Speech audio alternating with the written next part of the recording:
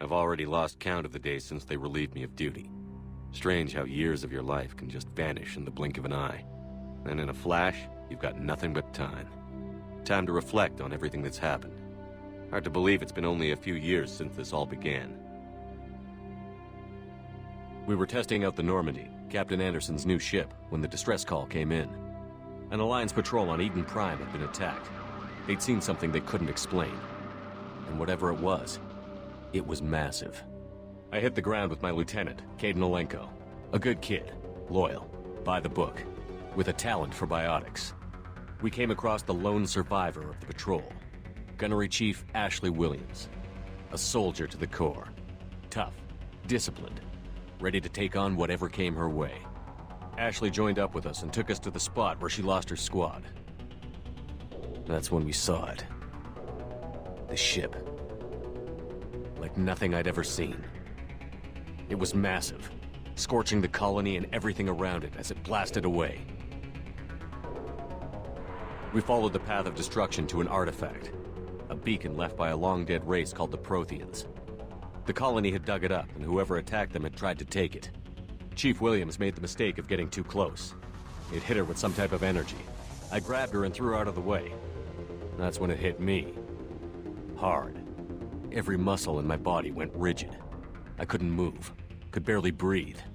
Everything went black. And then I saw something. A vision. Dream. A nightmare. By the time I woke up, we were halfway to the Citadel on our way to meet the Council. I was expected to explain what I'd seen. Anderson came along. So did Adina, our political representative on the Citadel. With those two heavyweights, it seemed reasonable we could persuade the Council that the ship we'd seen was a potential threat, as was the individual behind the attacks. The main suspect for the Eden Prime massacre was a Turian Spectre named Saren.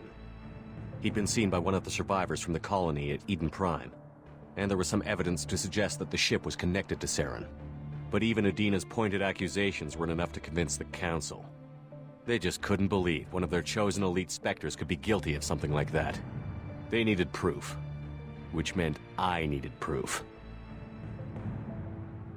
Fortunately, I wasn't alone in my search.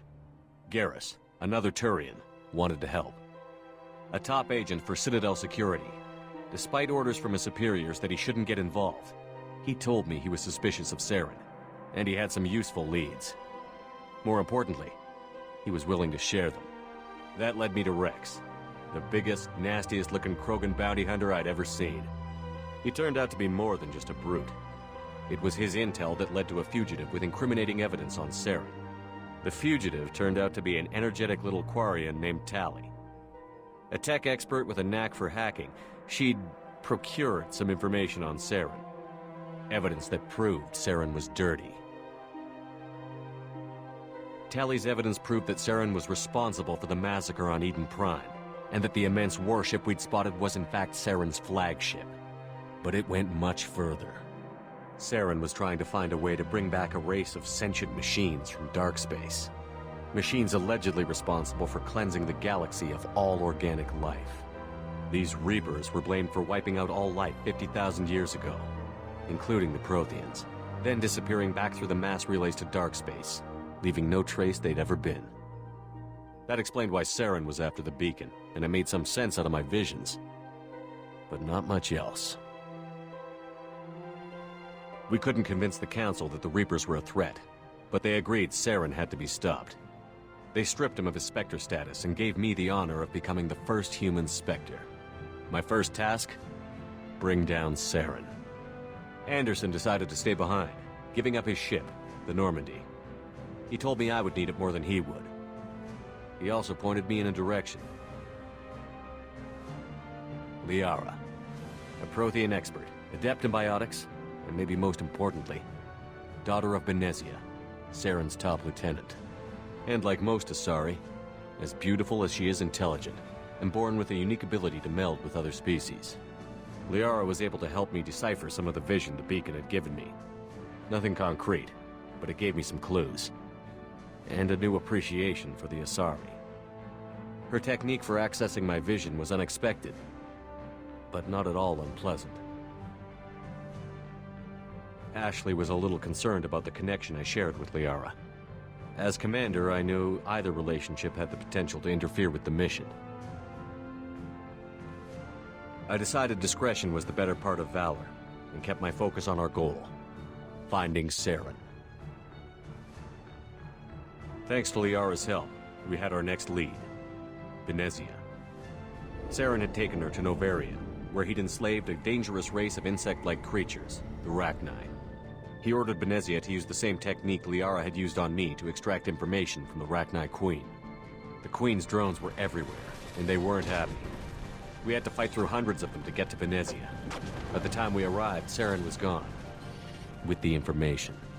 I tried to reason with Venezia, but Saren had indoctrinated her. He had somehow acquired the ability to control people's actions and wills. Venezia wouldn't surrender, and Liara was forced to watch her mother die in her arms.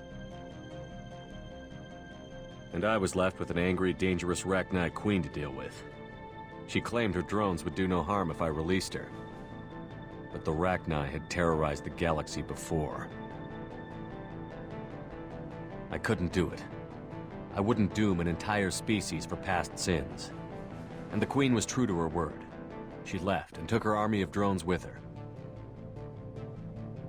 With Saren's top lieutenant dead, he was quickly running out of time and places to hide.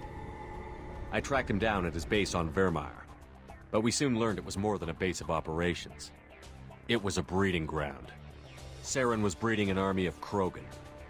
He'd found a cure for the genophage, a disease inflicted on the Krogan to prevent them from breeding and taking over the galaxy. But the Krogan Saren was breeding were slaves, mindless beasts that obeyed Saren's will.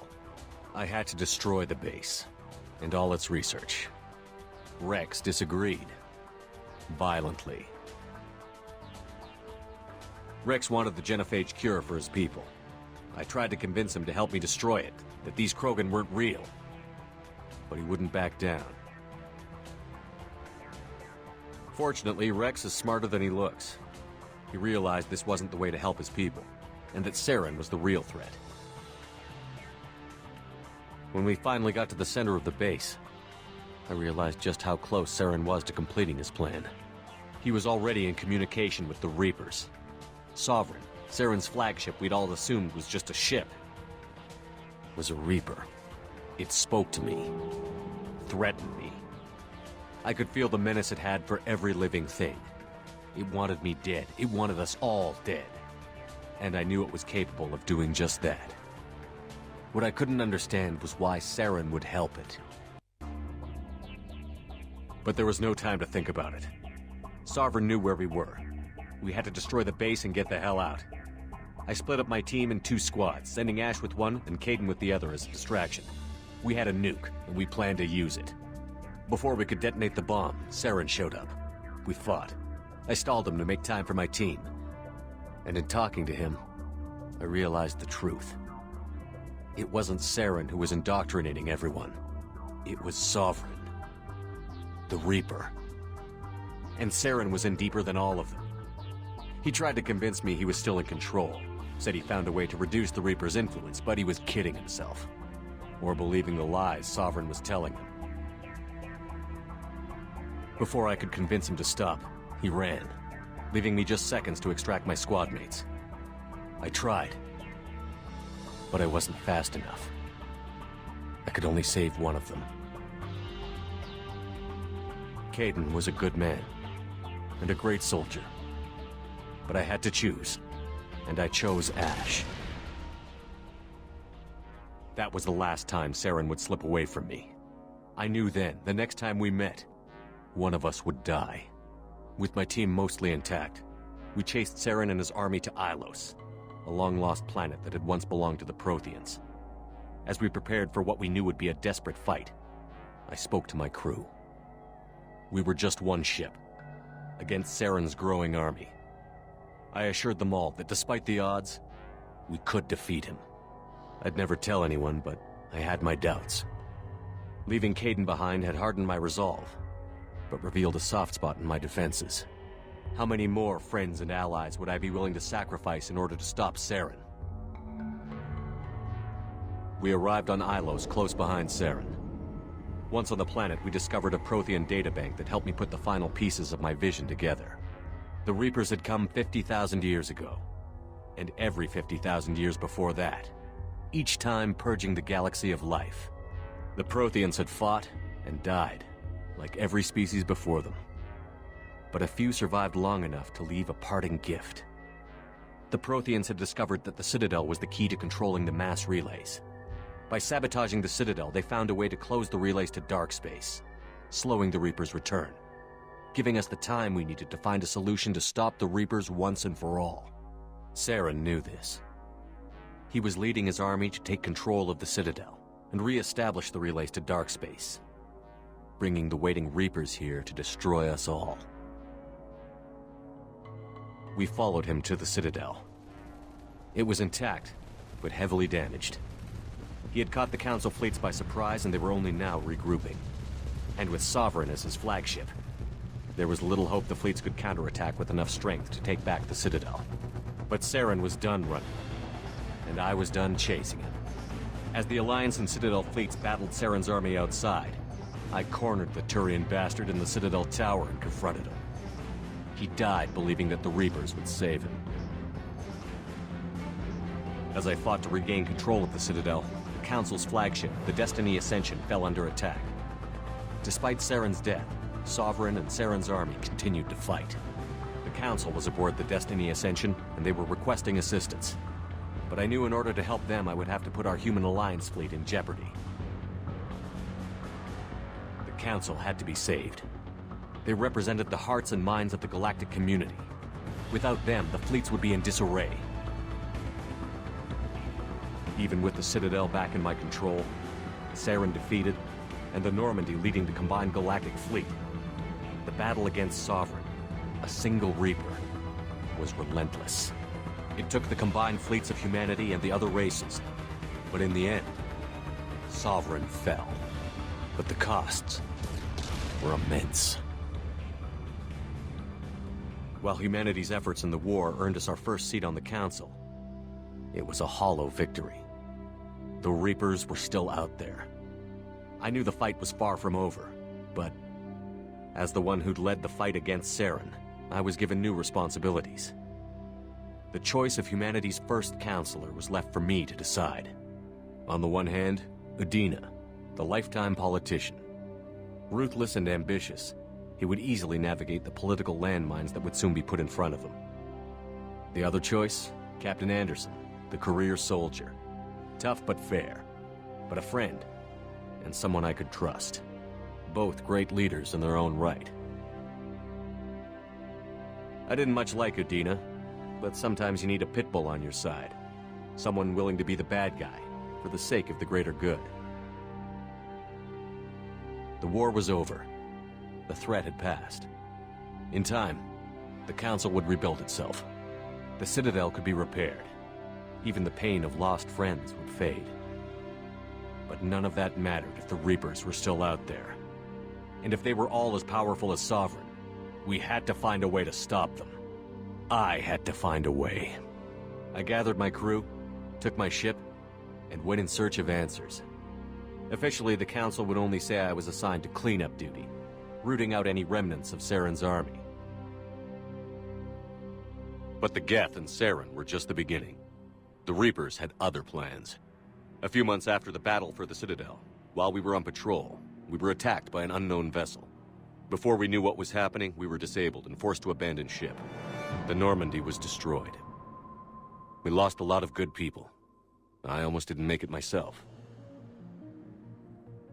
Technically, I was as close to death as you can get. By the time my body was recovered, there wasn't much left. The pro-human group, Cerberus, acquired what was left of my body and spent the next 2 years rebuilding me. My memories, abilities, everything. The person in charge of my recovery was a Cerberus agent, Miranda Lawson. Brilliant and efficient. But before I could be completely rehabilitated, the Cerberus facility we were in was attacked, and was forced to fight my way out. In my condition, I should have died. But an ex-Alliance soldier named Jacob Taylor kept me alive. We found Miranda, and we escaped. They took me to meet the Elusive Man, the leader of Cerberus and the one who had ordered me rebuilt. The Elusive Man lived up to his name.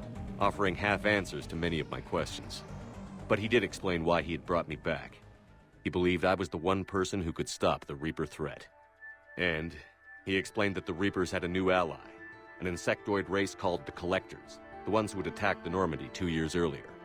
Since that time, they'd been systematically abducting entire human colonies and taking them beyond the Omega-4 relay, a place that no ships other than Collector ships ever returned from. The Elusive Man wanted me to find out why humans were being abducted, and to end it. In return, Cerberus would outfit me with a rebuilt Normandy, weapons, and a skeleton crew, as long as I agreed to take along Miranda, Jacob, and an illegal AI named Edie. I told the Elusive Man I wanted my own team, people I knew.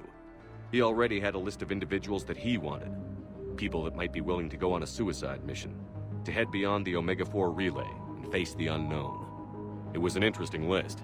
Ex-convicts, assassins, experimental scientists. In the end, it was my choice. It would take time and effort to recruit them all, and with more humans disappearing every day, I wasn't sure I should bother. I decided I needed all the help I could get. Recruiting the team took me all over the galaxy. Along the way, I met some old friends. They were quick to join, despite the risks. As for the rest, finding them and convincing them to join me on a suicide mission was difficult. But keeping them from killing each other was next to impossible. They only had to stay alive long enough to complete the mission. I wasn't sure what difference it would make if they were happy doing it. But if we were going to survive this, our best chance was to make sure everyone was working together. I tried to recruit and reconnect with a few of my old squad, but they were suspicious of Cerberus. No doubt why they weren't on the Elusive Man's list to begin with. Worse, they had moved on. For 2 years, they'd believed I was dead and lost. Now I was headed off on another suicide mission. If things were going to get better between us, it would take time. But I was running out of time. Maybe once the mission was over, we could try to reconnect. With most of the team recruited, we were getting close. We just needed to figure out how to survive the Omega-4 relay. Our best chance came when we discovered a damaged Collector ship. We went in knowing it could be a trap, but we had to try. What we found there was almost unbelievable. The Collectors weren't a new race at all. They were the twisted remnants of the Protheans, slaves of the Reapers, and humans were the next target. The Collectors were abducting tens of thousands of humans for the Reapers, and unless we could find a way to stop them, we'd end up just like the Protheans. We had to escape before we could find out the secrets of the Omega-4 relay, but we were more determined than ever to put a stop to the Collectors. All we needed now was a way through the relay. Edie had figured out what we needed, and the Elusive Man knew where to find it. We stole parts from a derelict Reaper to mask our ship's signature, to make the Normandy appear as a Reaper and allow us safe passage. As soon as we had what we needed, Joker and Edie began testing. But while I was away on a mission with the team, the Collectors attacked the Normandy, determined to destroy it before we could finish the tests. Joker and Edie did their best to fight them off. They saved the ship, but the entire crew was abducted, taken beyond the Omega-4 relay. Jacob wanted to go immediately and rescue the crew. Edie and Miranda wanted more time to prepare before we attacked. We only had one chance to attack the Collectors. I knew we had to be ready before we went, even if it meant sacrificing the crew. I gathered everyone to go over the plan. We all knew this was likely a one-way ticket. The team was ready, but they were nervous. We knew this could be our last day together. We were scared and looking for reassurance. Some of us found it in each other.